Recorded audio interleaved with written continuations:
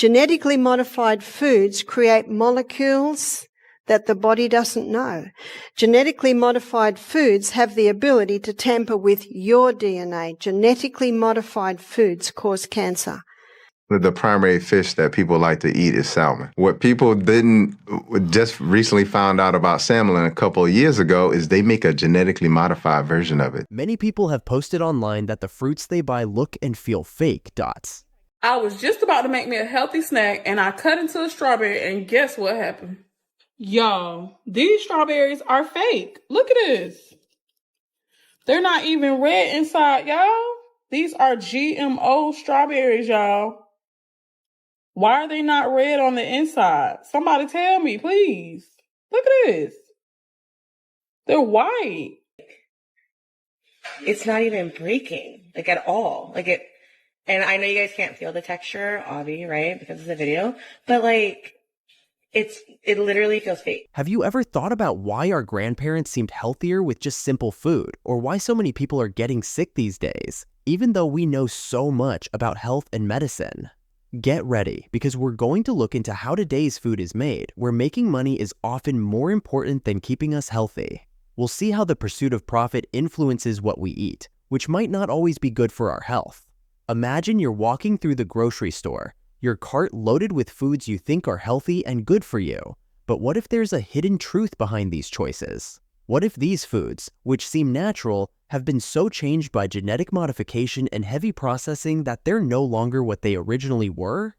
This could mean that what appears healthy might actually be quite different from its natural state. They're called GMOs are done by changing the genes of the plant, and it's done in a way where there's a very thorough safety procedure. And it's pretty incredible because it reduces the amount of pesticide you need, raises productivity, can help with malnutrition by getting vitamin fortification. You look on the label and look at what's in the food, you don't understand all of that chemistry. When you read it, you know it's chemistry. Absolutely. But you don't know what it is. Yes, sir. And most of that is to make the food stay looking a certain kind of way, color and texture, Facts. because otherwise it will break down. Just think if I put a tomato right here on the desk. Yes, sir. And we waited a week, you would see mold on the tomato. Absolutely. Okay. And on the desk. Right.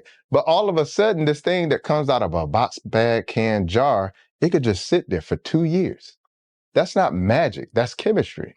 Let's discuss GMOs, genetically modified organisms. They might sound like something from a science fiction story, but they are likely in your kitchen right now. Even though more than 60 countries have banned them, the US still allows these crops that are created in labs. This shows how common they are in many foods we eat every day. Did you know that Vladimir Putin, the Russian's president, he's passed a law that any Russian who grows or sells genetically modified foods is to be considered a terrorist?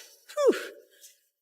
He's even giving land away to Russians who will grow food organically, non-GMO.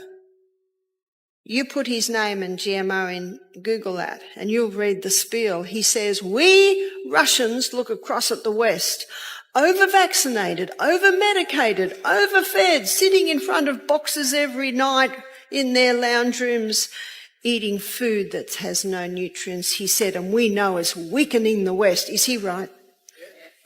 Absolutely right. Let's talk about sugar, not just any white stuff, but the sugar in our foods. It's everywhere, from your morning cereal to your healthy yogurt, and it's not by accident. The food industry knows that sugar is addictive. They've designed their products to make us crave more. Sugar isn't just about lacking willpower. It's scientifically proven to be addictive, much like cocaine, affecting the brain's reward system. Research shows that too much sugar can lead to serious health issues, including cancer. Surprisingly, products marketed as low-fat often contain a lot of sugar, making them just as unhealthy. A tomato will give you 9 times the iron of a conventionally grown tomato. So you get much more value for your money, even though organic is more expensive. Genetically modified food happens when the DNA of 2 different species are spliced together to create, for instance, DNA of the tomato with the DNA of an Atlantic salmon, hoping to create a tomato that grows in the snow, but actually it doesn't grow in the snow. And it has 5 centers instead of 1, and there's all these strange things happening. And when the person eats that tomato, it breaks down to molecules that your body cannot recognize and has the ability to damage your DNA. That sugar does to the body that most people aren't aware of is that it inflames the body. See this reoccurring thing. It not only inflames the body, but it ruins the microbiome or the good bacteria inside of the gut. Okay. That is also protecting you because around 80% of your immune system is actually manufactured by the good bacteria in your gut. So if you're consuming something that is actually killing it, guess what? Your immune system is going to be weakened, which means that you're going to be more prone to infection. Fortunately, Monsanto is so powerful and so wealthy and so big, they win every court case where Australians want GMO to be labelled on the products. Happens in America too. It's unfortunate. So how do you know? Well, you don't, unless you buy organic. How do you know if your food is truly safe? Well, unless it's organic, you might not know. What can we do to shield ourselves and our kids from these nutritional dangers? The solution might be easier than you think. Eat real food. If your great-grandmother wouldn't recognize it as food, it probably isn't. Try to eat whole, unprocessed foods as much as you can and cook at home. This way, you control what goes into your meals. No hidden sugars or unknown chemicals. Consider growing some of your own food, even if it's just herbs on a windowsill. This connects you more closely to what you eat. It's also crucial to read food labels carefully. Focus on foods that offer the most nutritional value, like leafy greens, berries, and pastured eggs. Also, reducing sugar intake is tough but vital. Begin by eliminating sugary drinks and desserts. Ask yourself, is this food serving my health, or is it serving the interests of big corporations? Share your thoughts in the comments, and don't forget to like, subscribe, and share this video to help others benefit too. Thanks for watching.